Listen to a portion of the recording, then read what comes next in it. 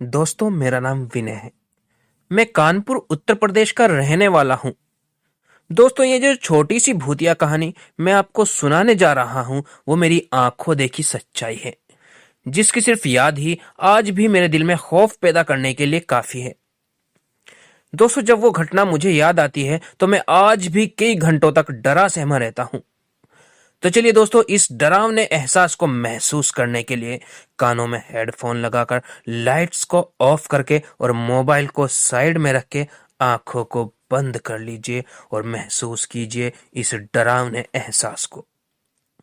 दोस्तों, अगर आपको हमारी ये कहानी पसंद आए तो चैनल को जरूर सब्सक्राइब कर दीजिएगा और हमारी नई कहानियों की नोटिफिकेशन सबसे पहले आपको मिले, उसके लिए बेल आइकन को भी प्रेस कर दीजिएगा।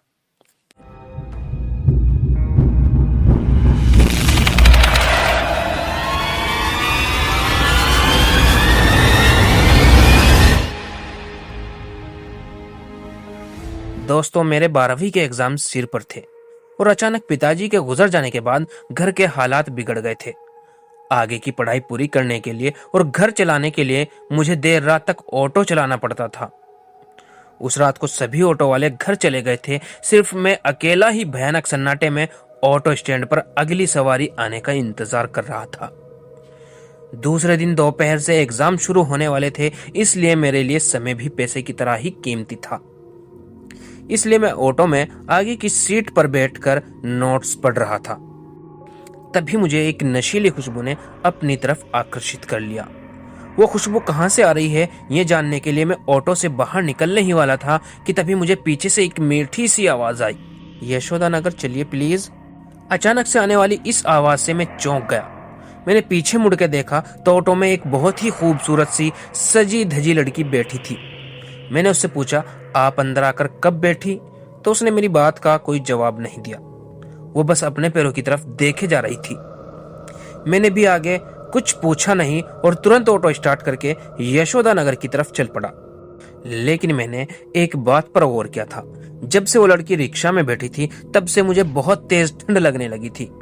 ऑटो चलते चलते सामने वाले आईने पर जब मेरी नजर पड़ी तो मुझे दिखा कि वो लड़की एकटक मुझे ही घूर रही है। फिर मैंने आईने से नजरें हटाकर रोड पर टिका दी। कुछ ही दूर जाने के बाद रिक्शा में अचानक कहीं से सड़े हुए मांस की बदबू फैलने लगी। वो बदबू इतनी तेज और सड़ी हुई थी कि उसकी वजह से मुझे घुटन होने लगी थी। सांस तक लेना मुश्किल हो गया था। उस वक्त फिर एक बार मेरी नजर आईने पर पड़ी और उसमें दिखने वाले उस भयंकर और बुरी तरह बिगड़े हुए चेहरे को देखकर तो मेरी रूह कांप गई, क्योंकि आईने में जो लड़की मुझे दिख रही थी वो एक दुल्हन के जोड़े में थी और उसका चेहरा आधा जला हुआ था, जिसमें मांस के लोथड़े लटक रहे थे। मैं उस वक्त इतना ज्यादा डर गया था कि अपनी चलती ऑटो का हैंडल छोड़कर सड़क पर ही कूद पड़ा। उसके बाद सुबह जब मेरी आंख खुली तो मैं गांव के अस्पताल में लेटा हुआ था। पास में मेरी माँ और कुछ गांव के बुजुर्ग भी थे। गिरने की वजह से मुझे सिर में चोट लग गई थी, जिसकी वजह से मेरे सिर में 5 टांके लगे थे और भी कई जगह हल्की फुल्की चोटें लगी हुई थी।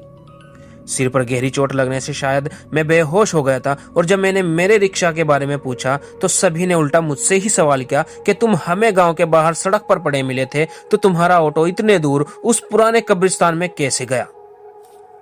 यह खबर सुनने के बाद तो मेरे होश उड़ गए। उस सवाल का जवाब तो मेरे पास नहीं था, पर उस खौफनाक चुड़ैल के बारे में मैंने सबको बता दिया। मेरी बात सुनकर माँ भगवान का शुक्रिया अदा करने लगी कि मेरा बेटा एक चुड़ैल के चंगुल से सही सलामत बच निकला। जाते जाते सभी गांव के लोग बोले, तुम्हारी किस्मत अच्छी है इसलिए जिंदा हो। वो एक कुंवारी मरी हुई भयानक चुड़ैल थी जो अपनी प्यास तुम्हारे जैसे कुंवारे लड़कों का शिकार करके बुझाती है।